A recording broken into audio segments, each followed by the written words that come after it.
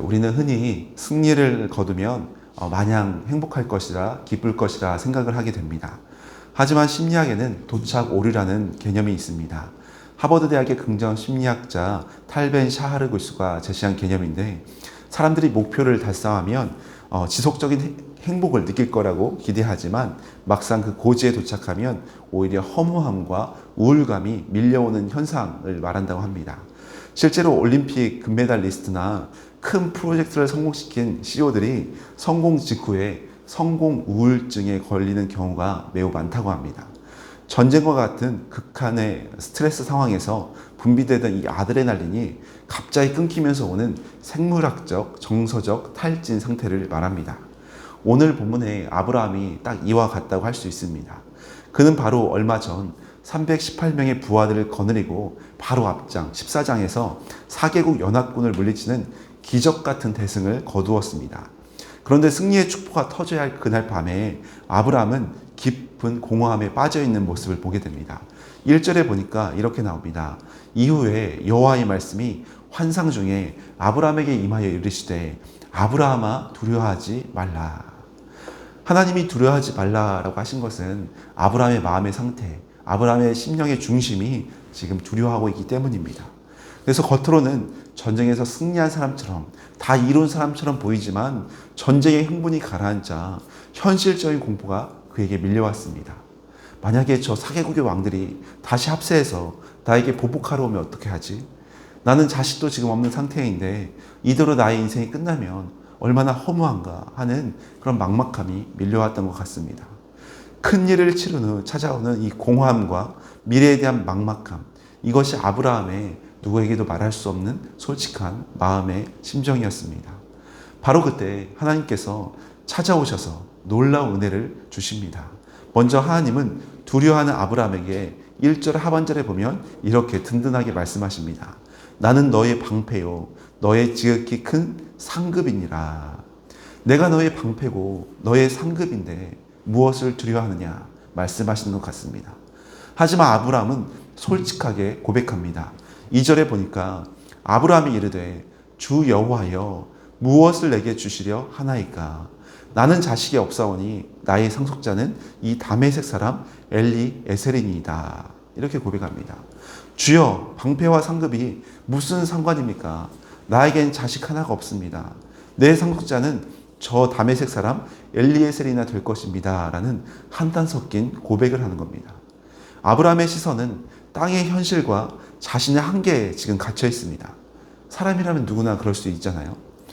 현실은 막막한데 이 믿음의 말이 당장 내게 무슨 위로가 될까 하는 그런 마음입니다.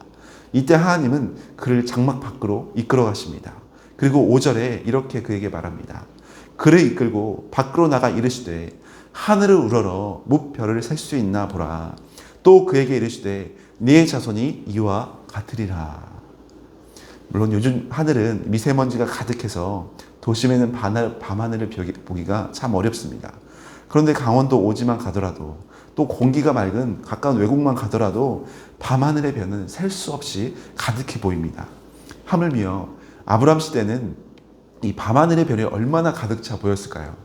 이렇게 셀 수 없이 수많은 별들처럼 하늘을 보여주시면서 수많은 사람들을 너의 자손으로 줄 것이니 걱정하지 말라고 약속하십니다.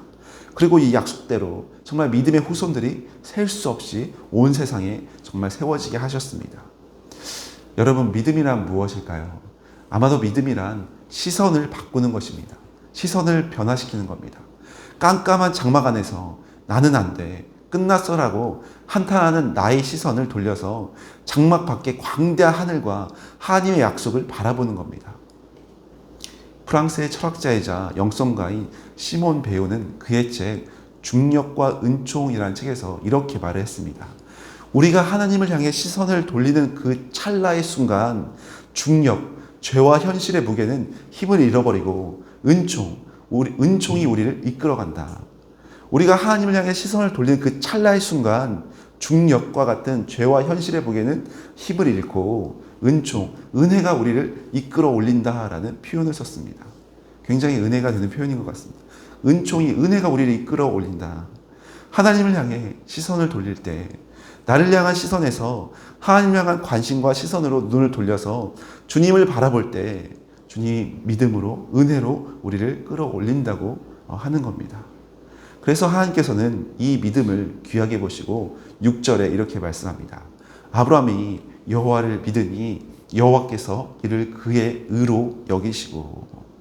아브라함이 여호와를 바라보고 믿으니까 하나님께서 얼마나 기뻐하시는지 이를 그의 의로 여기셨다고 말씀합니다. 믿음으로 의롭게 된다는 이신칭의의 말씀이 여기에서 나오고 있습니다. 우리도 각자의 문제라는 좁은 장막에 갇혀 있을 때가 참 많습니다. 그렇지만 주님은 우리가 주님의 시선으로 돌려서 밤하늘에 반짝이는 별처럼 약속의 말씀들을 바라보며 믿음의 눈이 활짝 열리기를 주님은 원하고 계십니다. 그리고 8절에 보니까 아브라함이 하나님께 약속의 증거를 구합니다. 그가 이르되 주 여호와여 내가 이 땅을 소유로 받을 것을 무엇으로 알리이까? 주님 말씀하시는데 제가 어떻게 알 수 있습니까? 그때 하나님께 증거를 구하자 하나님은 아주 독특한 의식을 준비시킵니다. 3년 된 암소와 3년 된 암염소, 수장을 잡아서 그 중간을 쪼개고 마주보게 하십니다. 이것은 고대 근동의 피의 언약식이었습니다. 당시에는 계약을 맺을 때 짐승을 둘로 쪼개놓고 계약 당사자 2명이 그 사이를 지나가는 의식을 치렀습니다. 만약 약속을 어기면 이 짐승처럼 쪼개져 죽어도 좋다라는 자기 저주 맹세 의식이었습니다. 그런데 해가 져서 캄캄할 때 충격적인 장면이 17절에 펼쳐집니다. 17절에 보니까 해가 져서 어두울 때 연기나는 화로가 보이며 타는 횃불이 쪼갠 고기 사이로 지나더라. 여기서 중요한 것은 아브라함은 이 횃불 의식에 지나가지 않았습니다. 오직 하나님을 상징하는 타는 횃불만 홀로 그 짐승 사이를 지나갔다는 사실입니다. 이것은 아브라함아, 이 언약은 너의 행위에 달린 것이 아니다. 네가 실수하고 넘어져도 내가 반드시 이 약속을 지킬 것이다.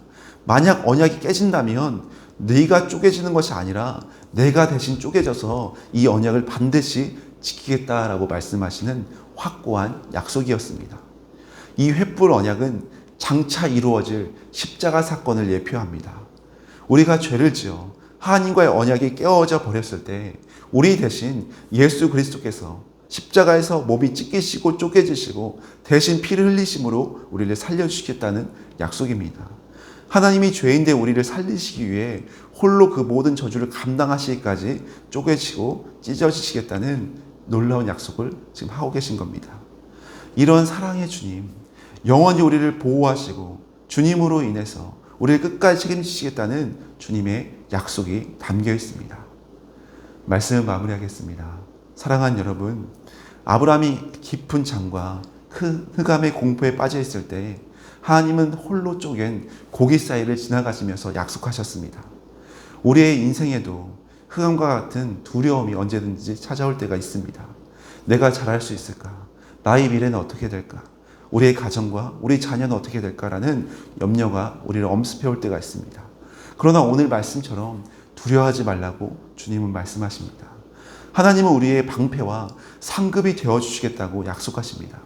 하나님은 좁은 장막이 같이 우리를 이끌어내셔서 하늘의 별을 보라고, 하나님의 약속을 보라고 인도하십니다.